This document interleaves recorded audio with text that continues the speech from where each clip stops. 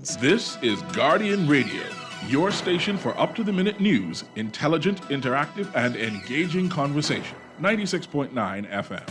The views and opinions of the hosts and guests are their own and do not necessarily reflect the position of the management and staff of Guardian Network.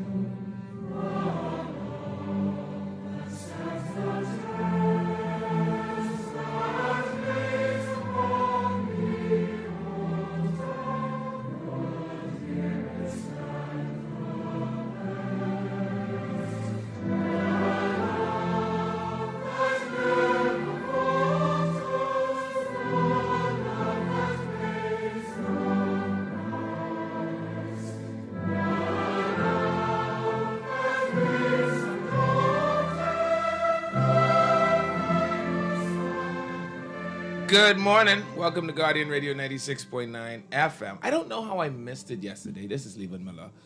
But my heart is going out to those people in Jenny Street, man. And as a child born in Angliston, raised in Angliston, and still very much carry on the goings on of my life in and around the community of Angliston, I couldn't imagine losing not just my house, but my neighborhood, the block I grew up on. I'm a mini street boy, and I but for the grace of God is all that I could say in an instance like this, because I could very easily see Mrs. Roberts, Mrs. Smith, and Miller Yard being in the very same predicament. I could very easily see it. The boundaries that separate these three wooden houses, one of which I grew up in as a boy, the boundaries are so minute, they are almost non-existent for most of my life. Pallets, wooden pallets, separated the difference between the Roberts Yard and the Miller Yard. For almost all of my life, right? The Smith Yard and the Miller Yard separated by less than 50 feet, simply perimetered by a chain link fence. There is nothing that stops me to this very day from being the exact replica of Jenny Street. And so as a ghetto youth, as somebody who was raised in the Angliston community, I send with you all my prayers, man. That is, bad things ought never happen to people.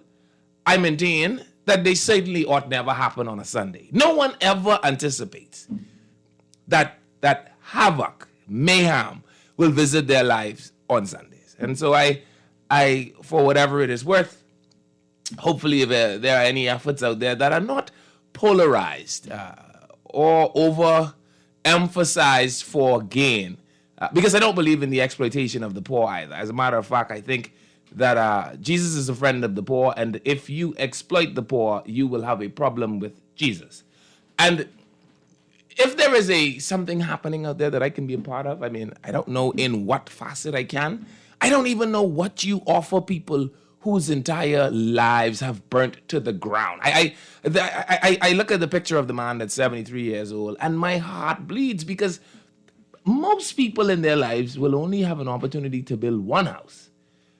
To now ask people that we are almost certain are a little less than of average means to build a second house, and to ask some of them to do it as single mothers, to ask others of them to do it as men that have reached the age of 73, I say to you, my friend, that is a daunting task at the very least. And so my heart and my hope is with the people of Jenny Street, man. I please accept my greatest regrets, my greatest regards, as I trust this is a most difficult time for you people.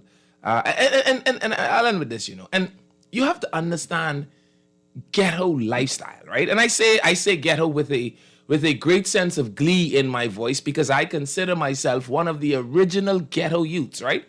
And you have to understand that the displacement of a house fire in the inner city is something far more tragic than just a house fire. These houses, right? And let's not play crazy. All of us are nothing more than mere variations of East Street. So we have all either been in this position or associated in a position just similarly. I am the grandchild of a woman that had 18 children raised in one house. Imagine that house burning to the ground. That is the kind of instances we see when we look in the inner city community. And so you're talking about the displacement of 6 or 7 homes. You could very easily be talking about 70 people. Very easily. It is a catastrophe of mammoth capacity. And I think that is something that, as an island, particularly heavily, densely populated, where the majority of the Bahamians live on this one rock, every single Bahamian that can do something ought to do something. And although you may be like me and not be able to figure out what exactly you should do, if you're under the sound of my voice, man, see what you could do for the people through Jenny Street. Man. These ghetto people, and I love them. And Jesus loved them. Anyway, that's not what I'm here to talk about today. He is back by popular demand. I don't know of anybody that has had that amount of popularity in requests, in actual verbal requests. Captain Neely joins me this morning. He is the longest serving member of the HMBS Flamingo. He is, I think it's official, he is the most decorated person in the Royal Bahamas Defense Force. And he joins me again in the studio this morning as we go and we relive the day that we now know to be May 10th. It is the incident we now call the Flamingo incident. Although something that is simply a page in the book of history, it is even greater than that, a page in the book of the life of people like now Captain Whitfield Neely, who was then Marine Seaman Whitfield Neely, and as a consequence, a gallantry medal holder for his role in the HMBS Flamingo. So, Skipper, good morning. How are you, sir? Good morning, Leyvon. Good morning, Bahamas. I'm doing very well. I have to say that the people have sent for you. Really? They have. They said, you've got to have Neely back. I don't know. You're a very popular guy. So I don't know that. I guess the topic must be interesting. And a lot of people do not know, sir. Yeah. A lot of people do not know. So I've decided that this morning I will open the lines this morning. Mm-hmm. I want them to just give me about 20 minutes with the skipper, and then skipper, we will take some calls and find out from the people what it is that they want to know. But with your permission, Leyvon, sure, I would like to say to the mothers, okay, and grandmothers, surrogate mothers, all persons acting in the capacity as a mother, Happy Mother's Day. Because I find in this studio, time flies. Indeed. Right? So I don't wish to be remiss and not mention it. No Happy problem. Mother's Day to all the mothers in the Bahamas, and especially my wife, Raynell Neely, my sisters, Juanita, Judy, and Diane, and to all of those other cousins and aunts and uncles. Listen, not uncles, I'm sorry. I know All you those use persons Anglican, out there. right? But in the Baptist church, they teach you never start calling names. No, right? In the it could be Church a of God, problem. you never start calling names. No, you're right. You just you're say right. to you and you and you in all of your respective places. Amen. So, Skipper, we got as far in our story as Ragged Island. I think you Yes. talked about how the helicopters then came after the MiG fighters, because the MiG fighters came and visited their catastrophe upon the HMBS Flamingo. She had sunk. Commander Amish Rule had taken command of the captured craft.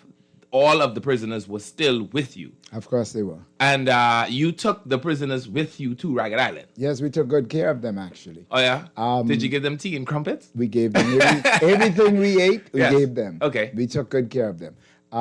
But we got to where we went into the police station and we alerted the police as to what transpired the evening before.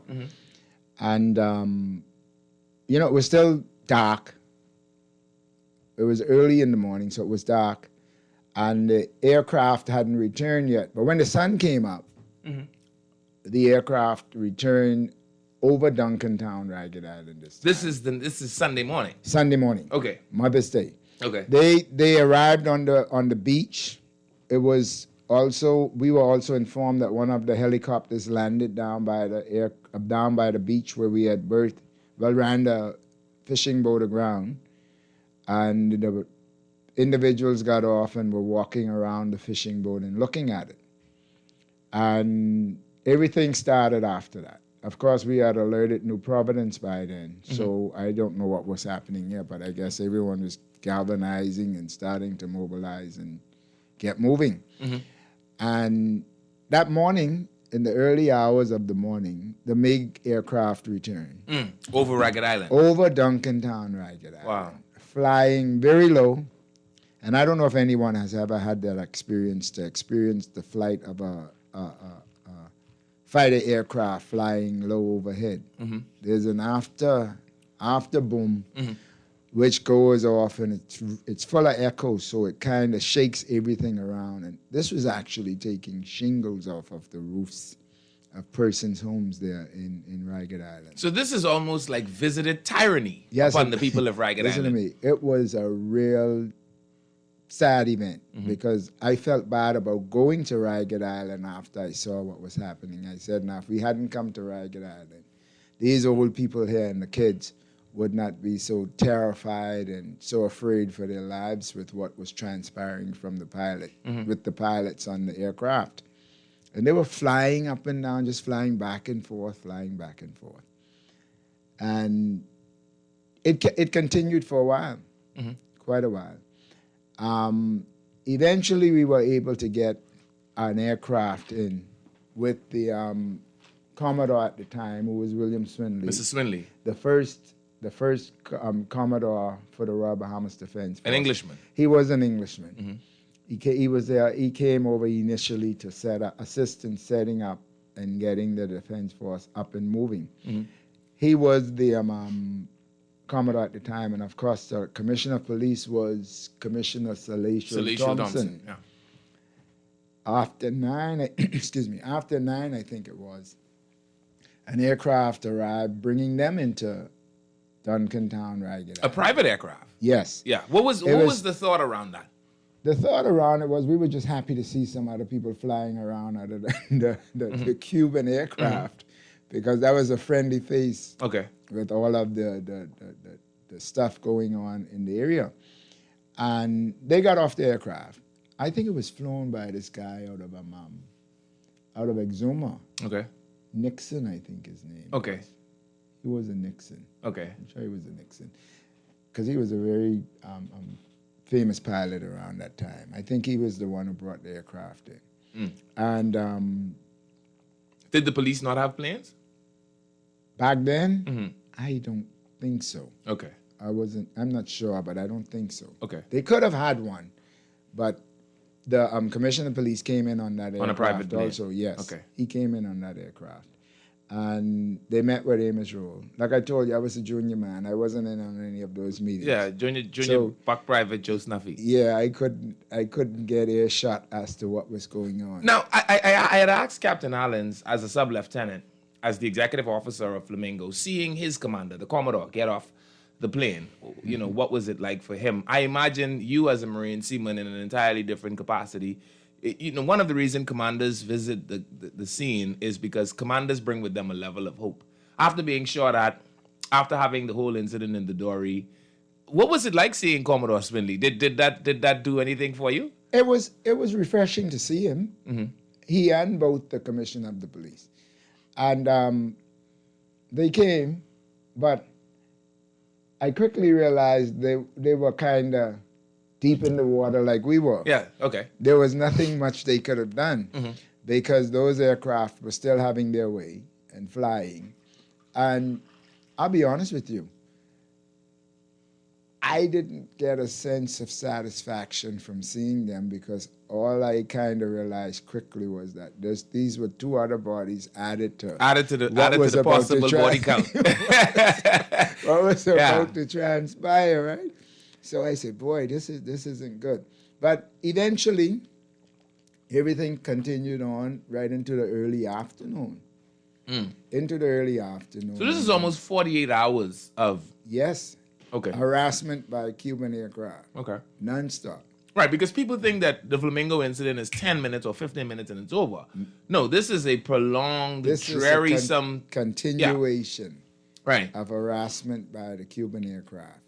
All the And you way. say shingles are blowing from the rooftops Oh yeah, in Ragged Island. yeah. That's how low the aircraft were flying when Mm-hmm. they were flying over Ragged Island, and those old ladies were terrified. Some were crying, right? Mm-hmm. I guess I didn't cry because I was all cried out. So Because you're probably too tired to yeah, cry. yeah. But that carried on into the early afternoon, and it could have been around 2, 3. We saw some.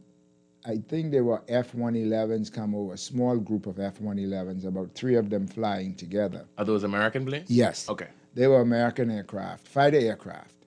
And for some reason, I don't know, there must be a language that speaks silently between aircraft fighters. When they showed up, the Cuban aircraft all disappeared. Like when the big boy come on the Right, block, right. everybody else quiet Yeah. down and just They get say a into bull always know when a bigger bull reach. Exactly. Yeah. So they, when the American aircraft flew over, all of the Cuban aircraft disappeared. Okay. I guess they flew back to Cuba because they didn't want to confront what was out there at the time. And then we made arrangements to be transported into New Providence that afternoon. Sure. We did all our pleasantries with all the people in Ragged Island and everything when things simmered down, and we were flown into New Providence that afternoon. How does it feel, Captain, having to now get into a plane, all right, and you know that MiG fighters aren't out of reach. You've seen the damage that they can cause. And now you're going, it is one thing to be in the water and unable to evade them. I think you stand a better chance on land in trying to evade them, but I would imagine you stand absolutely no chance in the air. And it was a perplexing feeling. It was a perplexing feeling. I said, boy, now if these aircraft come back with them. Right, what you do up here in the air. Nowhere in these aircraft. There's nothing you can do. Right. You're just sitting ducks. But fortunately for us, God was good. We had a flight that was not troubled by anything. And we arrived in New Providence. How long is the flight, do you remember? From Ragged Island to it was well over an hour, I'm sure. Okay. It was over an hour because the aircraft itself was like a DC, one of those DC type aircraft. Okay. So it wasn't a really fast aircraft. So we were just sitting there listening to the hum of the engine, and everybody was finding comfort in their own thoughts, I'm sure, like I did. How soaked is everybody with emotion? I guess, you always want to go back and make sure that you were sure you saw nothing, right? Yes. The entire sinking of the Flamingo had already happened. The search had already been done. Of course, not in standard or in keeping with international search protocols, because you weren't in an international search protocol kind of situation. This was a life or death situation. It was. So you had to search, sure, but searches would last 48 hours, and then there would be a recovery 24 hours after that, etc. That protocol wasn't followed simply because it couldn't be followed. No, because we had nothing to use, and we had to get out of there. We had to get off the scene. You Right. see? So that initial search that was conducted was all that we did. Right. And so do you have it in your mind as you're riding in the plane, possibly flying over? Do you ever think to yourself, man, maybe if I look down they could now, be swimming down there. Yeah. And even now, because I've had quite a few trips down to Key Santo Domingo. Like I worked on many boats, traveled down there many times afterwards. Even now, I still look to see if anyone is swimming. 42 years later. Yeah, because closure is something that the human mind has to come to grips with. And if you don't have a complete closure on a situation, that's why I feel so badly when I see parents on the television and pleading for people to help them find their loved ones that are missing. I said, boy, this is not going to be good. This is a really sad situation because in order to get closure, you got to have something tangible. Yeah, you must have something tangible.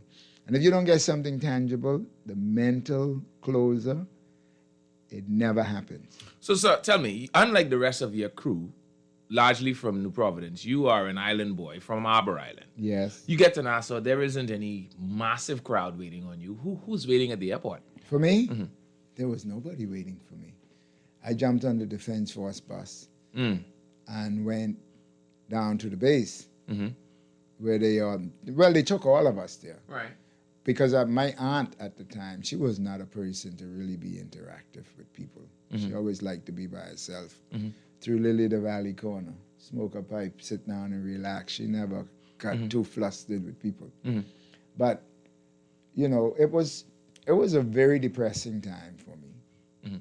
And only with my sustenance and God's help, I was able to get over that mentally, because I looked at a lot of my shipmates afterwards, and a lot of people were not well.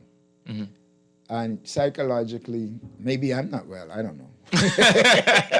But, you know, there was no concern about the psychological welfare of the persons that So no survived. post-trauma anything? No post-trauma anything. In fact, during that time, we had to wait months to get reimbursement for our personal possessions, and we still were not reimbursed for all. And it was a really sad situation, you know, you're giving up. Some people give up everything, make the ultimate sacrifice, and then you're still not looked at in a humanistic kind of way. But I imagine the time comes, sir, where there is the I guess the ceremonial functions that follow, Quite a bit of that. presentation of your awards. The list starts being circulated about who will be given what award. The list is now printed. Whitfield Neely is going to be awarded a Medal of Gallantry for his performance in the HMBS Flamingo. It must have been a proud time. Well, that award, you know, I wish we could have done something posthumously for those 4 Marines that lost their lives during the incident. But that award coming to me, I was very proud of it, you know, and I looked at it and I said, boy, that's what you get.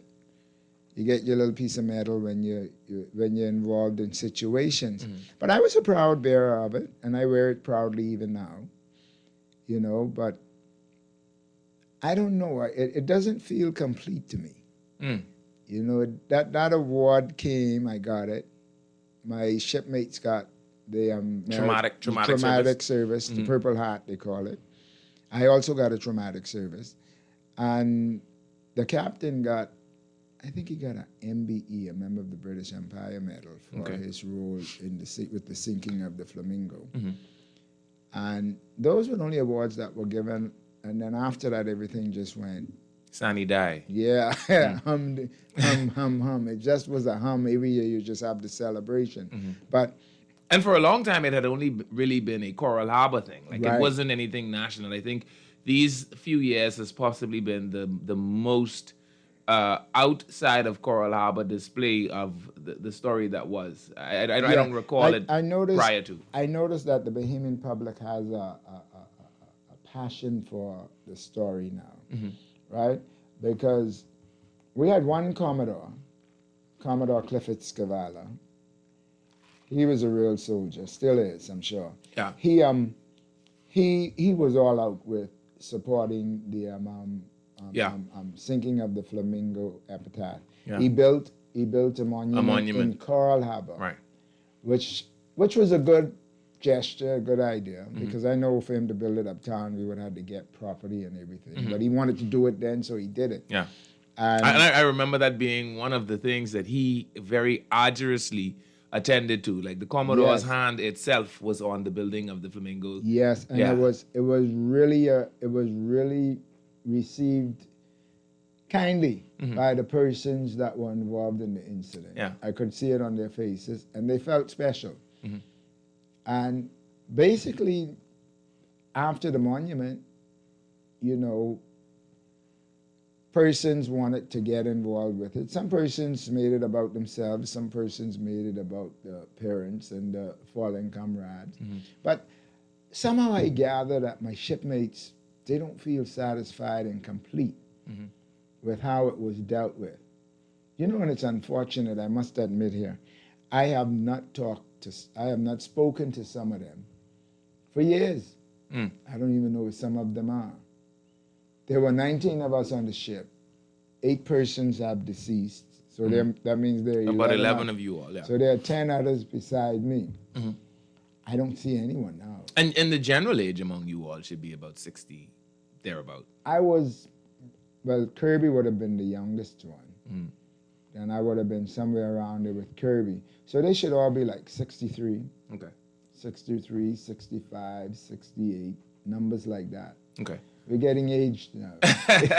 So, tell us a little bit more about the sojourn between life post the incident back into, now having to be assigned a new billet, possibly that new billet being another ship.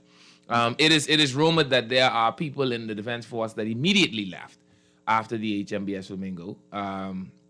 There were people that towed a line at the gate to join. Yes. How did it feel to be inspiring a nation at that level where enlistments in the Royal Bahamas Defense Force had probably been at its highest during your tenure that far, and knowing that it was the Flamingo that kind of motivated that?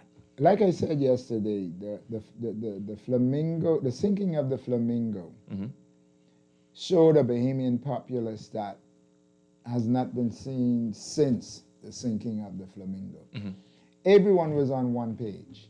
Everyone felt the same way. Everyone had the same opinion as to what they thought should happen and how they thought we should deal with it. And we were a unified nation because of the sinking of the Flamingo. Almost 7 years into being independent, we had been faced with this real drastic incident, but it galvanized Bahamians to really show off that Bahamian colors. Our Bahamian colors were flying high. There was not one head bowed, neither was there anyone whispering about anything. You were all glossy-eyed. And we were all speaking with one voice. Yeah. You heard the echo when the Bahamians spoke back during How that time. closely did you follow it in the news? I followed it as best I could. Okay. Because, back then we didn't have all the Gucci products you have now, like Facebook, Twitter, emails, and 96.9 radio and all that. It was we all only newspaper. we had ZNS. And most times it was ZNS1 if you didn't have a Gucci radio system. You listened to 1540. 1540. But I followed it the best we could. And I also read about it in the newspapers. I tried to keep abreast as to what was happening with the negotiations with the Ministry of Foreign Affairs and the government, the Cuban government, the back and forth. Right up to the time when they made the final solution, the Cubans paid for the boat, paid for the lives of the Marines that were lost. And that was it. Full stop. No more payment. Right? But you asked me about the Sorry, sir, just before we get past that. So if I remember the negotiations correctly, it was $5 million, I think, for the boat. Yeah. And $100,000 for each Marine. Or $2 million for the boat. Something. It was okay. $5 million for the boat, and $100,000 for each lost life. Right. Okay. But nothing for the man that had suffered the trauma. No. Okay. No money for no psychological evaluation or anything. And this was as a result of the meeting that they had with the United Nations. Right. Okay. There was a lot of negotiation, I said, international negotiation, because everyone cried shame on the Cubans for their acts they perpetrated towards a peaceful country like the Bahamas. Right. Right? And of course, calm heads had to prevail. And leading that team would have been, I think at the time, the Honorable Paul Adley. For the negotiation for the Bahamas. The Prime Minister at the time, Sir and Lyndon. then Darrell Roll was Mr. around. Darrell Roll. Right, he was around with that. Now, here's another question I have for you. The Prime Minister wasn't in country when you all were attacked. He was in England. Right. He was in England to a conference. Right. I think it was the heads of government. So conference. a country under 7 years old comes under active fire. Its leader of the country isn't in the Commonwealth. No. Right? It isn't like he's in Andros. He is on the other side of the world, giving an address at what was it? I think it was at the heads of the Commonwealth heads of government. Yeah, right? And I think this becomes Lady Pinling's introduction to public life. Public speaking. Because she has to deliver the address. She had to deliver the on behalf of Sir Lyndon. Right. And so, are you aware of all of this? I mean, I wasn't at the time, but I found out because like I told you, it was difficult getting news at the snap of a finger like that. You had to keep reading, and keep observing what was going on. You know, so I found out about that later on, of course, that the prime minister had to come back and, you know, but he was always surrounded with a strong group of men. So there was not like any shortage of leadership in the Bahamas with his departure, you know. But we spoke about me as to my posting afterwards. Right. And that's when I got to meet Sir Lyndon, because I was posted to work at the cabinet office Okay. as a messenger / wipe this down, pick this up, whatever, Right. whatever it was, right? Sedentary duties. Yes, sedentary duties, nice word. And I was able to interact with quite a bit of persons, including Sir Lyndon Oscar Finlay.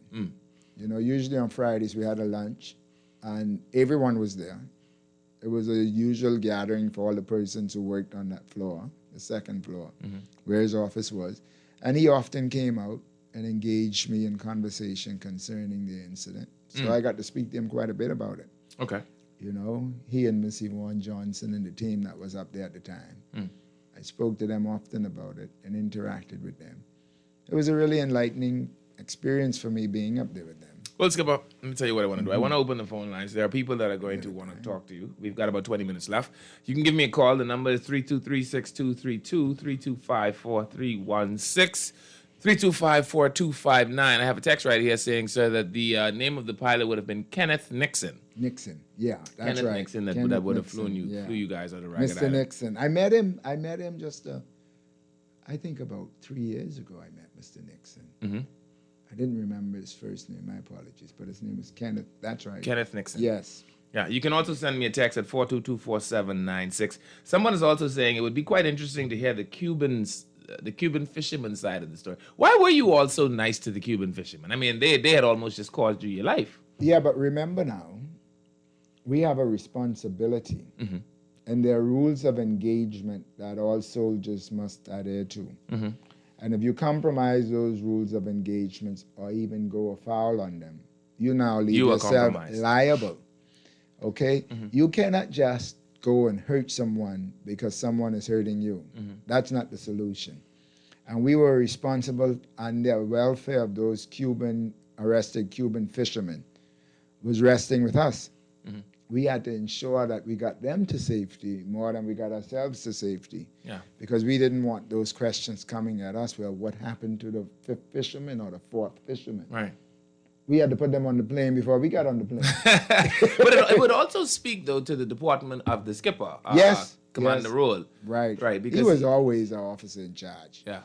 And he never perpetrated ill will towards anyone.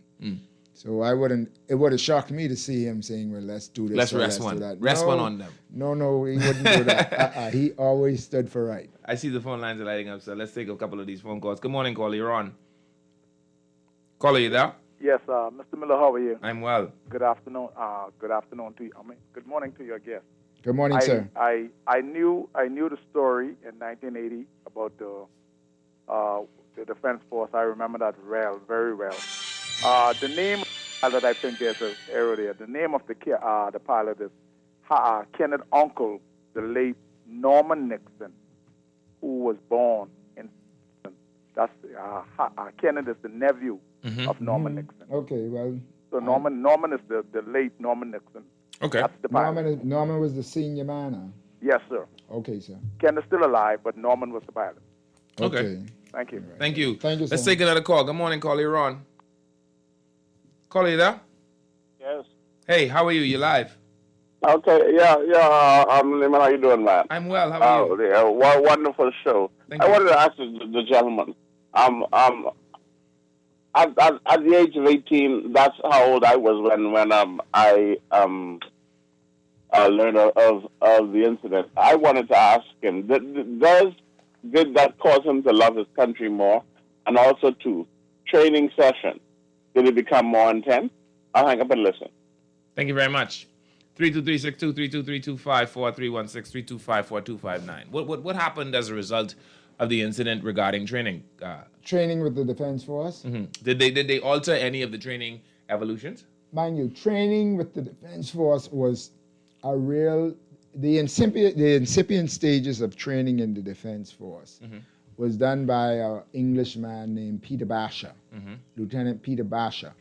And like everything else, as it progresses, it becomes more intense, it becomes more involved. So to answer his question, I would say that our training definitely changed.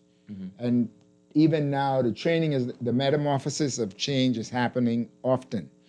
Training always changes, and then, when incidents occur, it teaches you how to prevent them happening again or how to avoid getting involved in them. Testing so and our adjusting. training, our training has always metamorphosed, changed for the positive.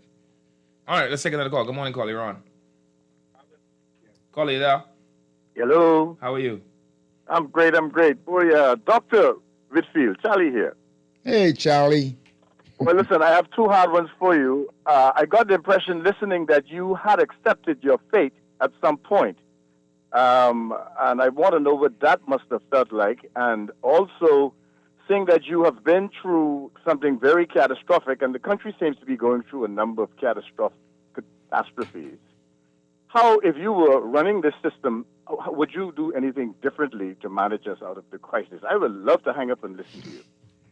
Why are you trying to engage me in a political response, Charlie? You know I'm not going to do that.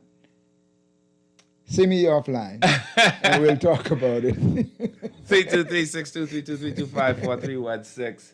325-4259. Someone here says, Mr. Miller, I salute those brave men from the Flamingo. Williams, a Lewis Street boy, was a schoolmate of mine. Yeah. Commander Amos Rowell, may he rest in peace, deserved to be a national hero posthumously for his conduct under fire and saving most of the crew despite losing his ship. He was given an MBE, which you now also are the holder of an MBE. Yes. What does it feel like? Haven't seen it yet. Oh, yeah? But, to be mentioned in that line of persons, it makes you feel worthy. But it also leaves an empty spot in my stomach because I think about my other shipmates. And I hope it makes them feel satisfied that my name is representing all of us. I'm not just gathering these awards just for me. Everything I get, I always owe it to them, and I often say to myself, but for them, there would I be. You understand what I'm saying? So I like to make it mental for me that I include them in all of my awards and decorations. Would you like to see a bit of a memorialization of the incident in some way or shape or form? Like, I don't know, like if they were able to maybe make a life-size replica of the Flamingo at the roundabout at Coral Harbor, or if you could think about a way to memorialize it that was prominent enough for people to see it visibly every day so that we may never forget. What exactly? We often speak of it, right? Even May 10th. May 10th, the day. I don't think, and it's maybe because of our own fault. When I say our own fault, the persons that were on the ship, there is not much mention of the incident as much as I think ought to happen, right? And everything happens on May 10th. Right. We have elections, people go about their merry way, not even a mention of my fallen comrades and the persons who even fell afterwards because some people got sick. Right. And just to have it more out there. And I'm a bit responsible too because people say, oh, you got to write a book. But books happen with time. Right. And the right time is the right time. Correct. Okay? And but we need to have it more indelible in the mindset of the young people to let them know that, the Bahamas just didn't happen. Right.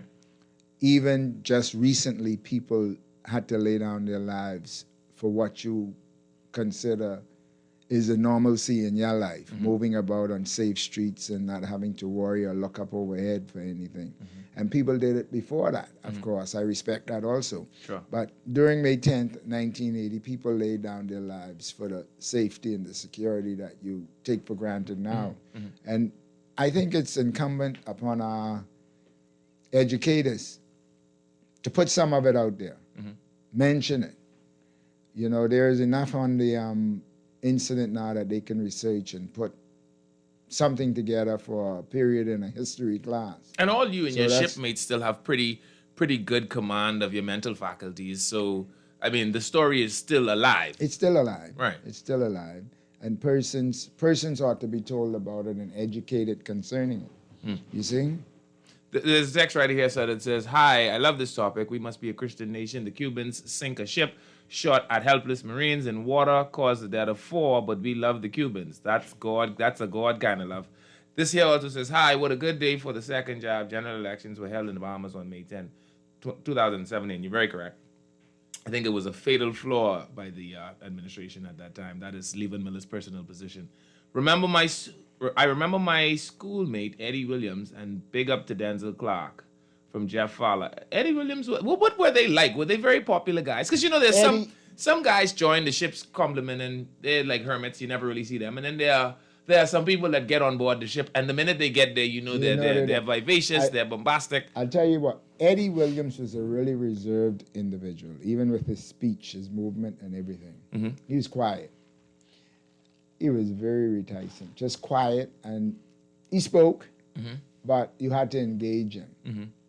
But he was always a squared away person who always completed the task. He never was a slacker. Mm-hmm. Because there was no space in the Defense Force for slackers around that time. Yeah, it you was had to small pull your force. weight. You had to pull your weight. There was nowhere to hide. Nowhere to hide. Everybody had to work. Yeah, You know, but he was a nice guy. sure. Off of East Street, like the person said, Lewis Street, right behind the Pelican Bar there, Yeah. on Lewis Street and East Street. Text right here says $5 million for a boat and $100,000 per life loss sounds like garbage negotiations. How do we value lives lost and lives affected less than a boat? Well, But you got to remember that was in 1980. you Yeah, know, yeah. and the Negotiations economic were a whole lot value different. of $100,000 back then was a bit different. much different Yeah. than it would be today. Good morning to you and your guests. You are doing a wonderful job reminding our country what it is our armed services, including the police force, did and gave for us, and still do. I pray Bahamians don't denigrate it by dragging colors into it politically. Let's take some more calls, Skipper. Good morning, caller. You're on. Caller, you there? Yes, good morning, sir. How are you? And good morning to the Defense Force captain here. Captain Whitfield Neely, yes. Yeah. I was compelled to call on that Sunday, which was Mother's Day. I was a young police officer stationed at Central Police Station when they brought those Cubans in, where they were detained after that incident. So you know, it's just something. I just hope that in the not too distant future that whoever the government is, they see the right to have those officers be honored as national heroes, because they were, in fact, as a matter of fact, Stirrup, I knew Stirrup personally. I may have been a year or two older than he was, and we always communicated because I was working at the Grove Police Station at that time. So you know, those, Yeah, you live just those around men there. give their life and for this country, and there's no other way that they ought not to have been elevated to that status. And I trust and pray that through your agitation and the public, that we can get that done before our 50th anniversary. Thank you, Appreciate sir. it. Thank you very much, sir. Caller, you there? Hello? Yeah, you said you work at the Central Station the day of the incident. Yeah, I was a police officer. What stationed at Central what Police Station was downtown. the mood among police officers that day? Oh, the mood. Let me tell you, we were on one accord. Listen, I escorted them to the cell block, and trust me, I really felt like I should have caused them harm, but I realized the situation, and then we had senior officers who made sure that didn't happen. But man, I tell you, that was indeed a feeling. Trust me, we were on one accord. Just like you said, the country was united, Yep. and we sung the same song. When the persons came to have some discussion with Linden and those at the post office on East Street, I remember that like yesterday. Yes. We had a large crowd. I mean, swole all over. Everybody marched to the General Post Office to know what would be the outcome of that decision. So I can tell you, the Bahamas was united as one. The only time on I've that seen time, it. on that day. So what the captain is saying is actually correct. I could confirm that. Appreciate Thank you, you very sir. much, sir. Let's take another call. Thank Good morning, you. caller. You're on. Not there. 323-623-3254, 316-325-4259. you can give us a call. Captain Neely's my guest. We're talking about the days during and after The sinking of the the Flamingo. HMBS Flamingo. Does it ever did it ever cross your mind that maybe this wasn't for you?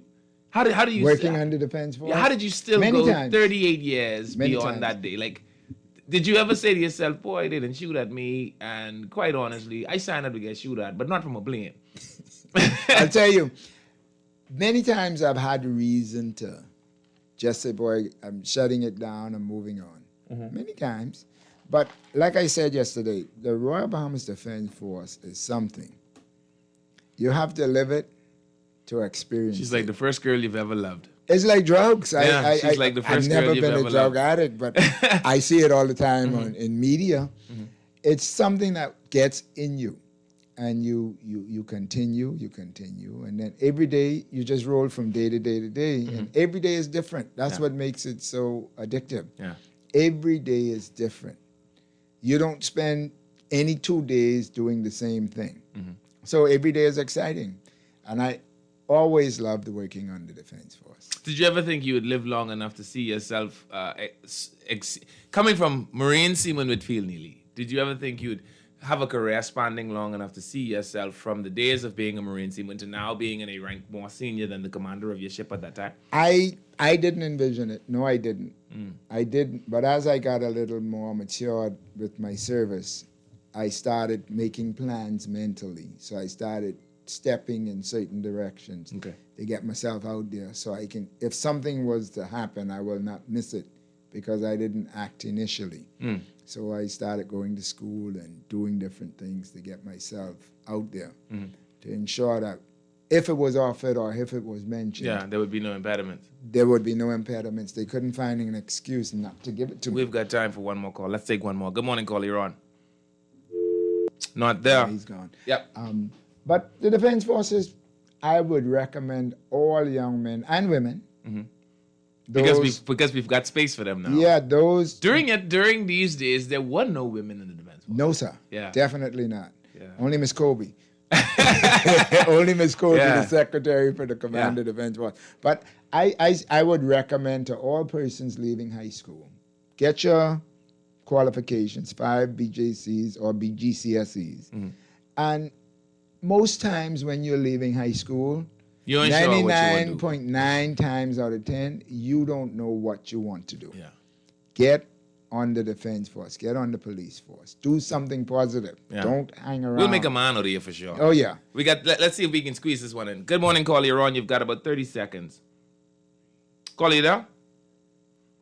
I think I can hear you. Caller, you there? I'm on. Okay, how are you? I'm fine. You live? Yeah, okay. Hello? Hi. Yes, what I wanted to talk about, that the William fellow was my cousin, Sam Williams. I talking from Bahamas Love and Care. I think those fellows was a national hero. Yes, They sir. need to get on the money. I completely endorse that, actually. I had actually Put them on written- the money for me, please. I had actually- Please do that for me. Write that down now. You can go and Google this. There's a piece written by Leyvon Miller called 41 Cents of Sacrifice. I don't have. I'm not very at this right now. No, Make I'm a note saying- of that for me, please. But I would like to I put have... them on the money. No problem. Thank you very much. I have agitated the same. Let's take one more call. Good morning, caller. You're on.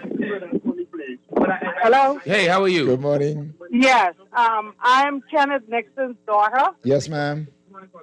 How are you? Turn your radio down for me. Good morning.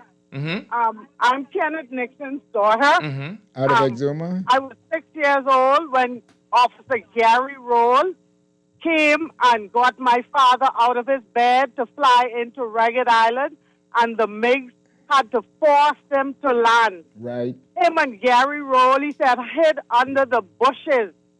Uncle Norman and Uncle Harry came into Ragged Island after the MiGs went to go and get refuel. So Okay. the gentleman who said Uncle Norman came in there, he has part of the story. Yeah. Gary Roll is an undertaker now, right? Gary Roll is the officer that was in Yeah. charge of Exuma at the time. But he now currently he works with a funeral home, doesn't he? Yes, Gary Yes. Roll works for the funeral home. Very at nice present, gentleman. I which met is him. Amos Roll's nephew. Right, I I appreciate- met him at Amos Roll funeral. Yes, I really nice appreciate fella. We that spoke very about much. it. We did speak about it. Sir, we are yes, flat ma'am. out of time. Thank you, Leyvon. We are flat out of time. It's always good to have you. The time goes so quickly Pleasure to when be you're here. here. It does. Yeah. The time flies in here. I don't know. I wish I had this clock on the outside. Oh, yeah. Thank you so much again for coming, sir, because Thank you we're for trying to having get me. this on record. I'm so happy to have you here with me this morning. There my music is. I'm Leyvon Miller. This is Guardian Radio 96.9 FM. It's your station for fresh news and smart talk. Don't move. They've got the news. It's next.